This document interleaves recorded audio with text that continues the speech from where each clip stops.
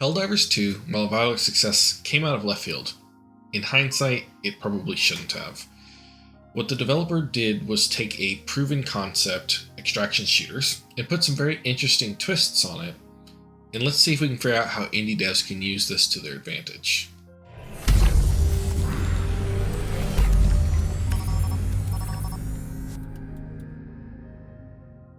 Hey guys, Space Marine 658 here. So something that has kind of come to my attention is a lot of people are talking about Helldivers, Palworld, and Lethal Company. And so I want to kind of talk about why these games succeeded and why it shouldn't actually be that much of a surprise that they are succeeding in modern times. Now, of course, there's no way to really guess what's going to succeed and what isn't in this kind of market. A lot of it comes down to really skilled people making the right moves at the right time. Helldivers, for example, their previous game had about, I believe, a peak of about 8K players. I could be a little bit off on that, but they were expecting something around there, maybe slightly higher.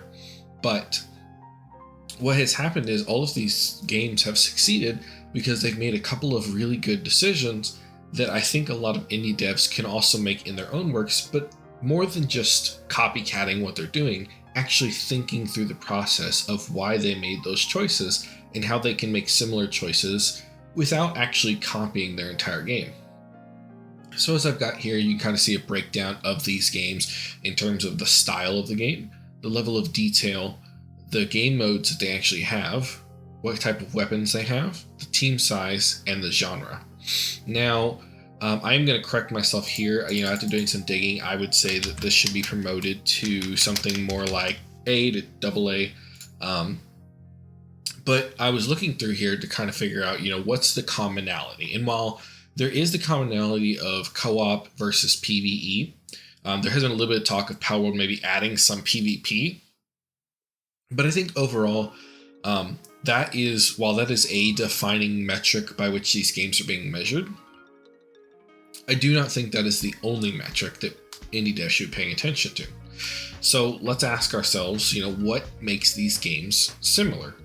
What ties these games together? Well, while they are all different styles, and you can see they're all different levels of detail, and yes, they all have guns to some extent, one of the things that ties all of these games together is there is an element of teamwork and an element of us versus them. So what does that necessarily mean? In recent years, players have kind of grown tired of the sort of sweaty competitive play that a lot of games have really been pushing hard. No offense to these games, they're all great games to some extent, especially because they have a big fan base. But games like League of Legends, games like Call of Duty, they've become so much of you have to be the best top tier player, or it's just almost not worth playing at some point because you just constantly have issues die. People, when they're coming home from work, a maturing gaming audience, we want to play games that are more fun, enjoyable.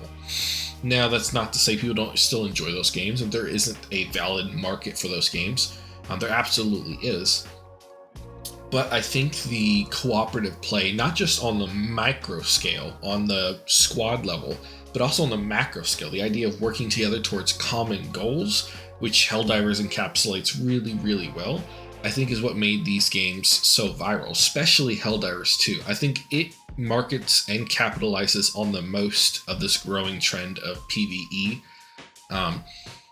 Because if you look at games like Palworld and Lethal Company, they both done things really well, and they both exploded and gotten really popular. And I think that they're great games that are continue to evolve and really grow in audience and loving fan base. But Helldivers is, I think, one of those successful titles that is here to stay for a good while because they mastered PvE in the truest sense.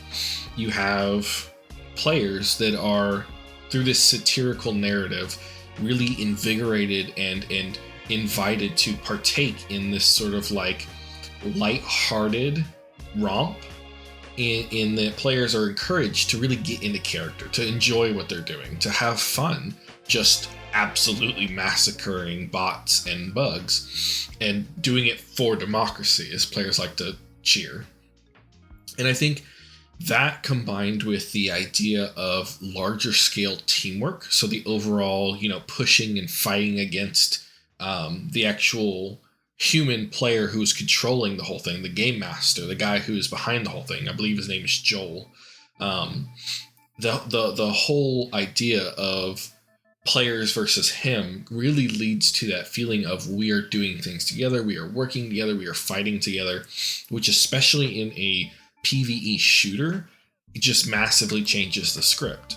A lot of games, they do the PvE, but they do it very lighthearted, and it's very much like, oh, here's bad guys, you're killing bad guys. But there's so much focus on sort of the storytelling aspect that you are the hero of this story, that it kind of becomes a wash, because then everybody's the hero. And if everybody's the hero, no one's the hero. But with Helldivers, there's this really big focus on you're just a player who's going to go off, get absolutely massacred, and respawn as this brand new person. Because in the Helldivers universe, you're not spawning back on the ship as that exact same Helldiver. You're a brand new Helldiver. The ship is actually what's sort of evolving over time. So if anybody's the hero of the story, it's the ships. The players themselves are just sent wave after wave to go die. And so it sort of leads into that mindset of, we're working together, because I'm not the hero. I'm a cog in the machine working together with my fellow, gunners to get things done. And so when you combine that with all of the other elements, that's why Helldivers is added up to something special. Now the question comes in, how do we as indie game developers harness that? Well, I don't think just going out and making a copy of Helldivers is gonna work. There's a lot of time and effort and thought that went into the game, and it's still growing and expanding as time goes on. So I think that's sort of a lose-lose battle. You're not really gaining anything by doing a direct copy. But what you can do is sort of take those ideas, take the concepts of how do you make a game based on some thing, and put a twist into it that makes it enjoyable for players. So, for example, Helldivers is an extraction shooter. That's what it is. You drop in, you do some missions, and you extract. It's wild to think about, because it doesn't feel like an extraction shooter, because there are so many elements that keep things going. It pushes you to keep moving, to keep doing things, versus most extraction shooters actually encourage you to kind of sit there and camp, to find something where players are going to go by and go kill them. Well, why is that?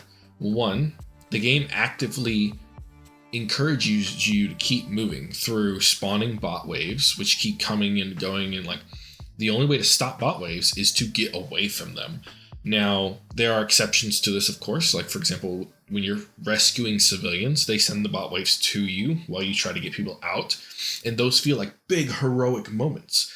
But when you're in the middle of the jungle fighting random bots for no reason, if you just sit there, you're going to get wiped out, because you're in the middle of nowhere. You have very little defenses and resources, and so there's no way to really keep things moving. And so the game is trying to tell you, move, get away from this area, keep going, push, get out of here. And so as players have started to do that, they've learned that keeping moving is really the way to stay alive in the game. And so it's done something that extraction shooters have shied away from, and that is really punish players for sitting still, for camping. And one of the nice things is, because it's not PvP, there's not a negative side to punishing players. You can do that without them feeling like they lost everything.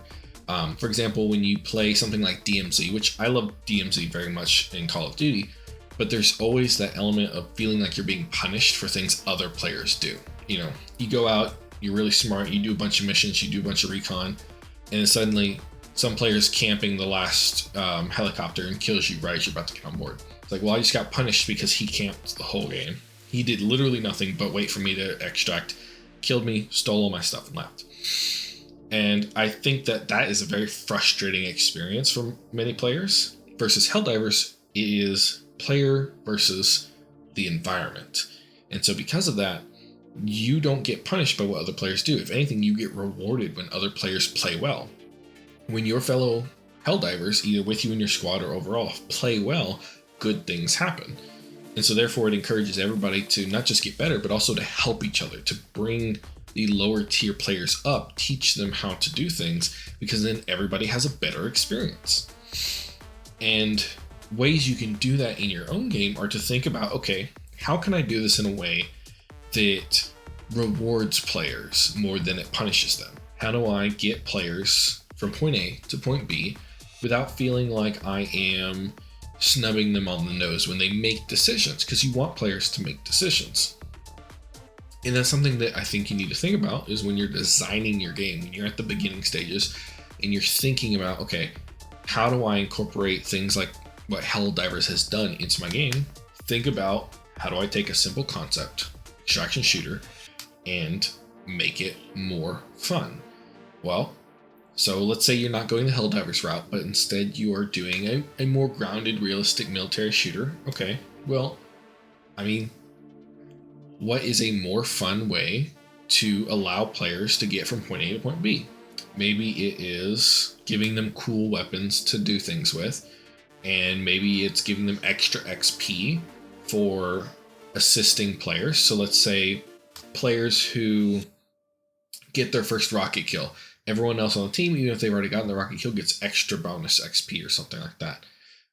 You get extra achievements. There are many ways, that you can do this, that you can encourage players to really push the limits of what it means to work together.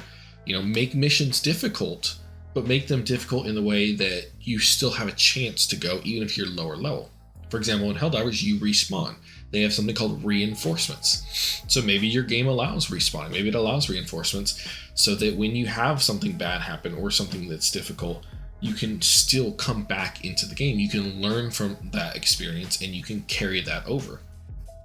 Versus something like DMZ, if you die, you get knocked down, so your friendly players have a chance to pick you up, and then when you get fully knocked down, they do have a chance to pick you up. But it's really difficult and takes time. Versus a reinforcement is literally like 6 clicks of the button and they're right back in. And you can do it as a solo. As a single player, you can run away from the enemies and bring back an entire squad of teammates. Which means that if you're that bad player and you're struggling, that can be your heroic moment. That can be your clutch moment. And it's just a simple matter of being smart about what you're doing, paying attention, making sure, hey, all my teammates are dead. I know I'm not the best player. I'm going to back off. I'm going to get away from the enemy. I'm going to toss back my reinforcement ball, get all my teammates back, and then we push. And it's that idea of thinking as a team instead of as a single person that makes that game better. So how do you encourage that team thinking in your game? Maybe you do something similar. Maybe instead of reinforcements, your players get smoke grenades that call in an airplane to fly over for that military shooter you're making. And so then they get to spawn back in. And maybe since they're parachuting in, they get to bring in their weapons with them. So when they die, they don't have to go pick them up, but instead they bring them back with them as a reward. Versus if they, let's say they hit the respawn button manually, they get to come back in automatically and they fly back in the same way, but they have to go find their stuff. So it's like, do they work together as a team or do they come in solo? And you can even play off of that a bit and really give a lot of ways for flexible players to make choices. And I think that at the end of the day, that is what makes Helldivers so good.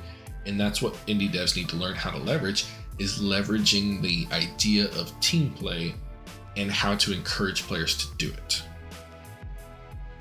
But that's it for today. If you have any questions or want to discuss this more in the comments, definitely leave down below. If you disagree with me, absolutely leave a comment. I'd love to hear from other people's point of view. But otherwise, good luck and good hunting.